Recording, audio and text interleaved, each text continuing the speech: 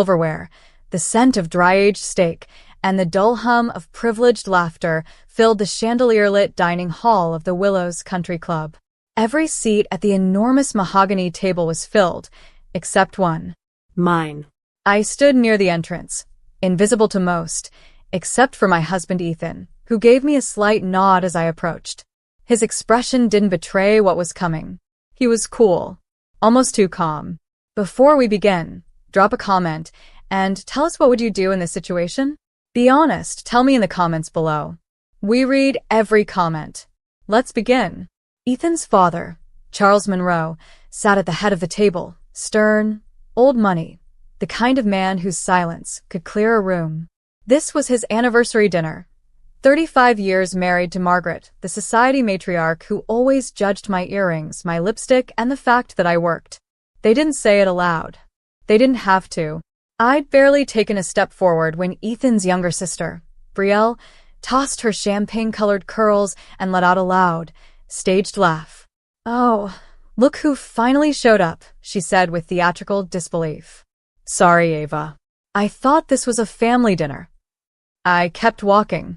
"She doesn't deserve a seat at this table," Brielle added, looking around for support. "She's just a nobody with makeup and heels." The laughter that followed wasn't spontaneous. It was designed, tight, complicit, cruel. Margaret smirked into her wine glass. One of the cousins actually clapped. I didn't flinch. I reached the chair next to Ethan and calmly pulled it out. But before I sat down, Ethan placed his hand gently on mine. Then he stood. He reached inside his blazer and took out a plain manila folder. Click. That single sound of the brass clip opening quieted the room more than a thunderclap. Everyone watched as Ethan took out 3 printed pages, neatly stacked. He didn't smile. He didn't scold. He just said, "Before anyone else decides to humiliate my wife tonight, there's something you all should hear." Brielle raised a brow. "What, your wedding vows?" I was there. They were. "No," he interrupted, eyes on the paper.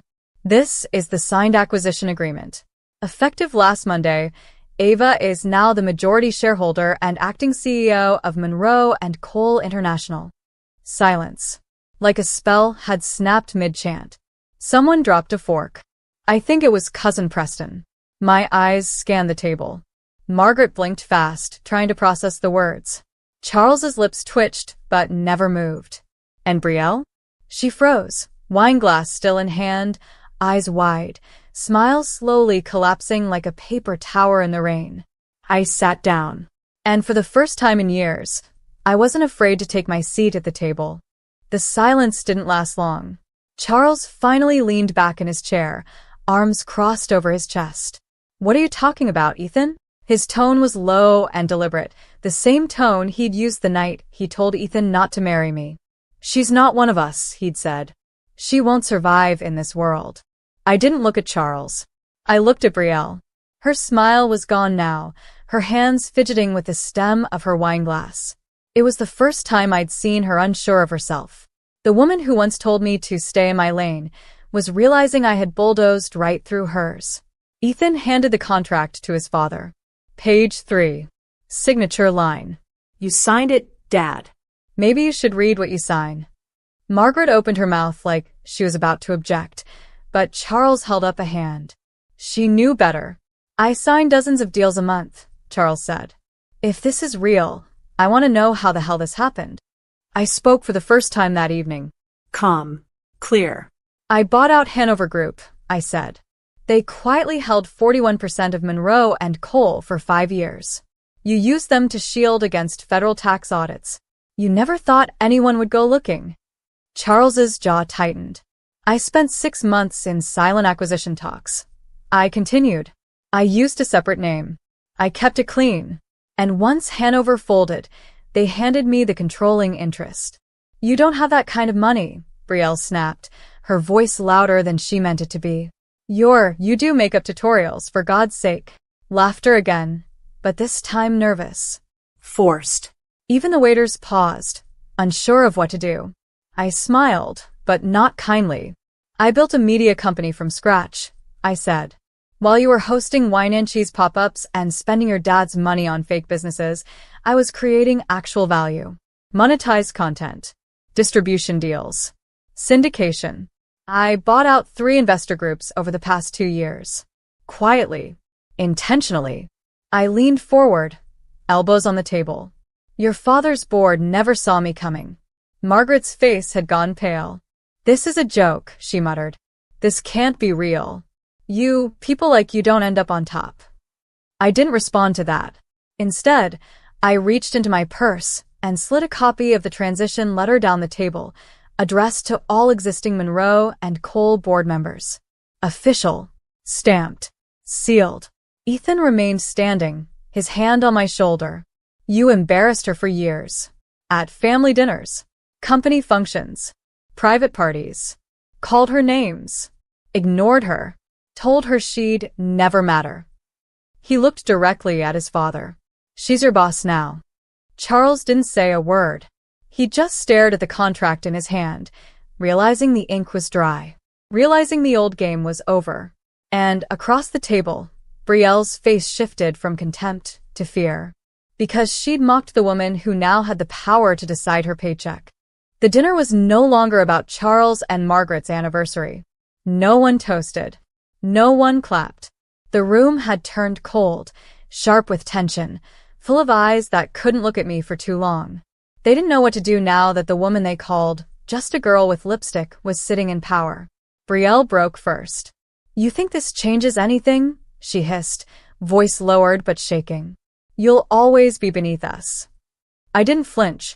Maybe, I said softly, but you'll still need to schedule time to pitch me next quarter. She blinked. Ethan squeezed my shoulder gently before sitting beside me again. It was strange how quickly the dynamic shifted. For years, I'd been the outsider at every event. Their jokes, their side comments, their dismissals. They'd labeled me the PR wife, the one who smiled for photos and stayed quiet at meetings. But now? Now Margaret wouldn't even meet my eyes. Charles hadn't touched a steak, and Brielle was gripping her napkin like it might help her hold onto the family name. Still, the victory wasn't as clean as it looked. There was a storm behind my calm expression, because none of this came easy. None of this came without cost. 3 years ago, I sat on the cracked leather couch of our 1-bedroom apartment in Queens, crying quietly while Ethan reviewed our credit statements.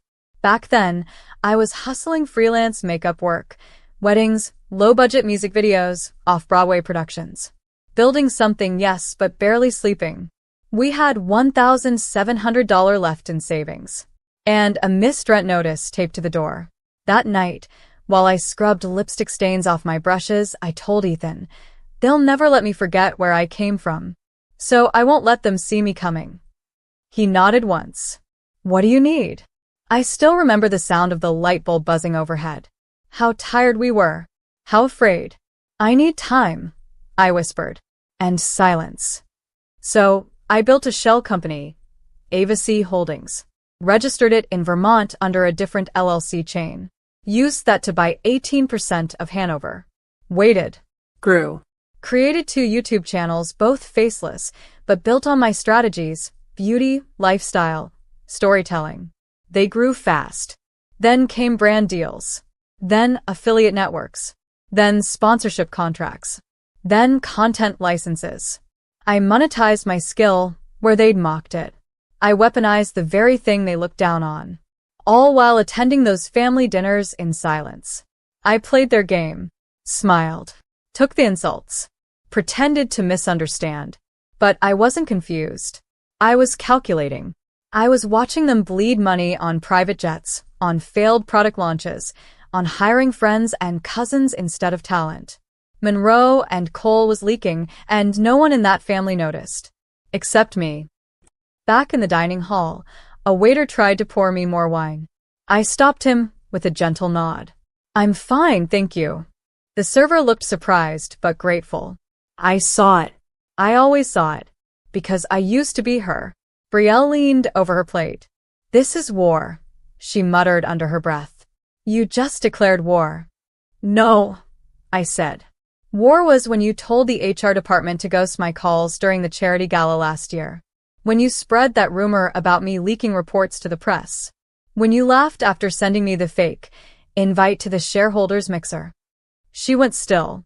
I'm just responding. By the time dessert was served, the table had splintered into uncomfortable, fragmented conversation. No one brought up the company. No one dared. Even Charles was unusually quiet, and that silence alone carried more weight than any raised voice.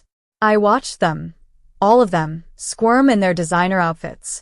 Forks clinked against half-eaten soufflés, but the taste had left the room the moment the contract touched the table.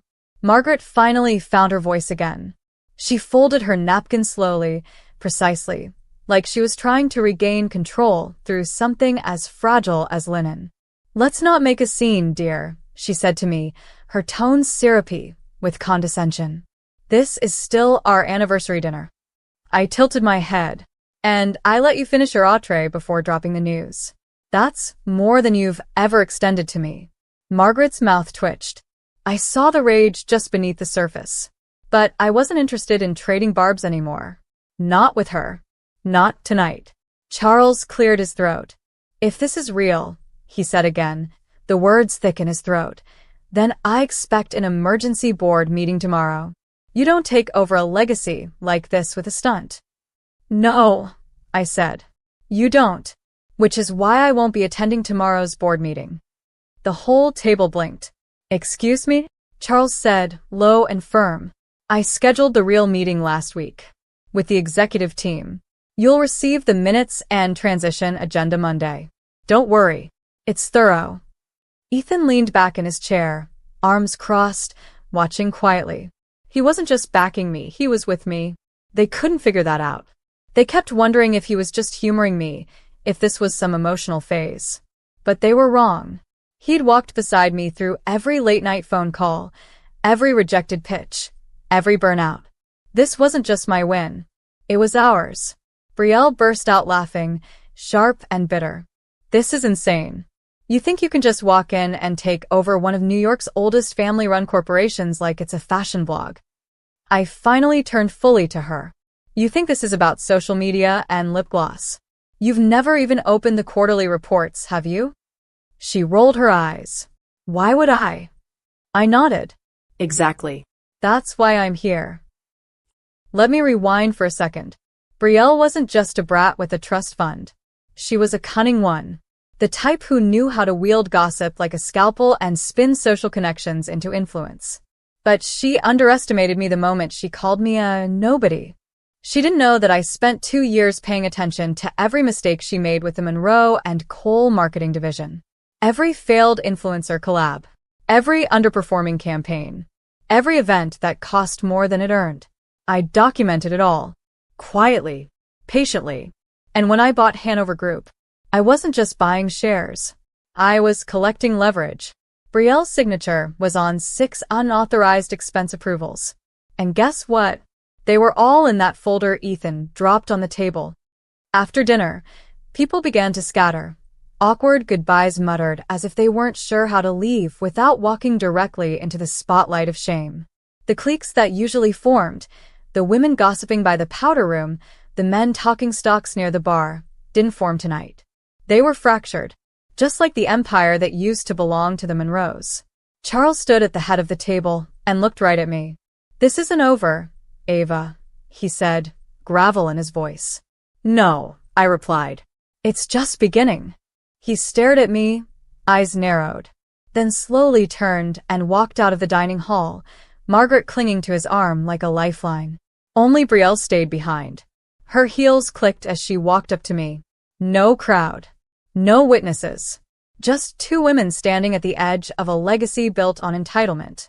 You humiliated us, she whispered. I didn't smile. I didn't blink. No, Brielle, I said quietly. I replaced you. That's what CEOs do. And I left her standing there, alone. 3 days later, I sat at the head of the boardroom table, Charles's old chair. The Monroe and Cole headquarters was built to intimidate. Marble floors. Floor-to-ceiling windows overlooking Midtown. A brushed metal logo mounted behind me that once defined old power. Now? Now it was mine. Across the table sat the remaining senior board members, each of them flipping through the folders that had just landed in front of them. My official audit report, complete with forensic analysis, shareholder breakdowns, and projected Q4 restructuring. I didn't waste time on small talk. This company was bleeding. I began. You knew it. You looked the other way. I won't. No one spoke, but eyes darted nervously as they skimmed the documents. Some jaws tightened. One of them, Dale Hargrove, former VP of Operations, looked visibly pale. Page 13, I said. That's the unreconciled expense trail tied to internal consulting projects under Brielle Monroe's oversight. A few heads turned toward Brielle, who sat rigid at the end of the table. No power now. No wine. Just silence. 6 figures, I continued, diverted to ghost accounts for work that was never done, including a contract routed through a shell company registered in Connecticut under her college roommate's name. I paused. And one under Charles Monroe's name. Now it was silent. The kind of silence that leaves your ears ringing. Charles authorized it, I said. And it violates 3 SEC compliance regulations. I looked down the line. I could have kept this hidden, but I didn't come here to play their game. I looked Brielle straight in the eyes. I came here to end it. That afternoon, I met with Charles in his private office, more for formality than necessity. He sat by the window, a half-empty scotch on the side table, his expression unreadable. You really want to take everything? He asked quietly. I didn't want to take anything, I said. I wanted respect. I wanted fairness. I wanted to belong. You made it clear there was no seat for me, so I built my own table. Charles ran a hand down his face. You'll learn this business isn't about pride. It's about survival. Then it's a good thing I've survived worse, I said, standing. He didn't look up. He didn't argue. I left. The board voted that evening. Brielle was terminated, officially cited for financial misconduct. The press release was dry, legal, surgical. The kind of language that hides years of venom behind phrases like internal restructuring and personal decision to step away. Charles was moved into an emeritus role. No power. No vote. A title with no teeth. Margaret tried to call me. I never picked up. Ethan and I walked out of the building that night together, hand in hand. As we stepped into the waiting town car, he kissed my forehead and said, You didn't just take your seat at the table. You rewrote where the table stood. I didn't reply. I just looked out the window as the lights of Manhattan blurred past. Because deep down I knew the truth. They didn't lose because I got lucky. They lost